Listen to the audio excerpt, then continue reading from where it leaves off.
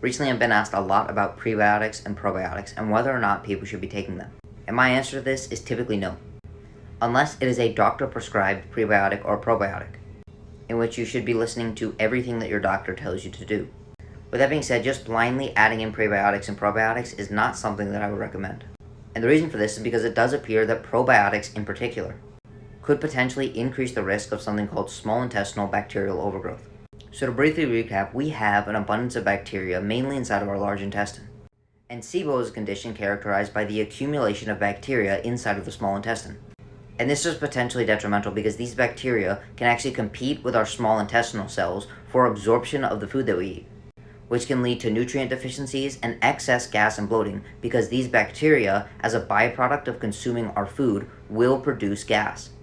And a probiotic is a supplement that contains a certain strand of bacteria. Typically, they contain a strand that many scientists and researchers have found to be present in high abundance in healthy human beings, and found to have health-promoting effects. With that being said, these are found in a capsule, and if that capsule can open up in our small intestine, then these bacteria will be released and they will begin to grow inside of the small intestine. And many different studies looking at the effects of probiotics mention that many of the participants end up developing small intestinal bacterial overgrowth. One study found that it does appear that probiotics could help clear out SIBO.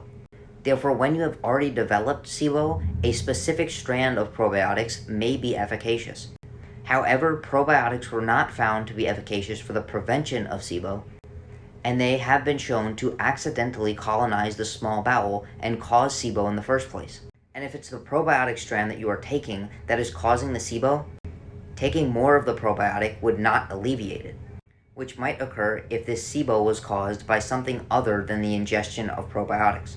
One way to test for small intestinal bacterial overgrowth is something called a methane positive breath test.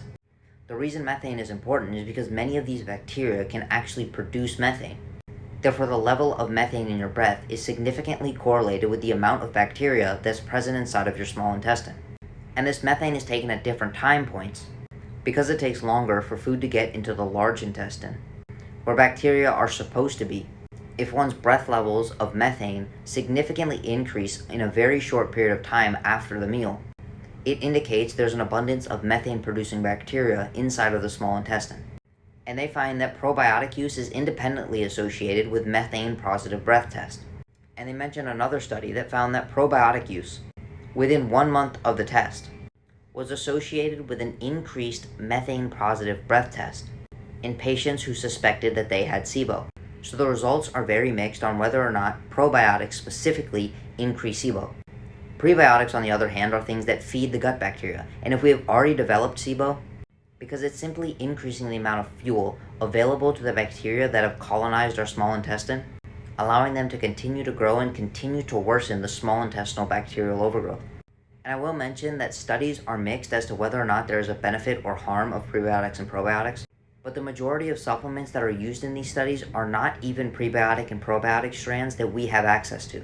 And many of the much cheaper prebiotics and probiotics that you can buy at the grocery store or very cheaply online are very likely to increase your risk of getting some sort of bacterial overgrowth.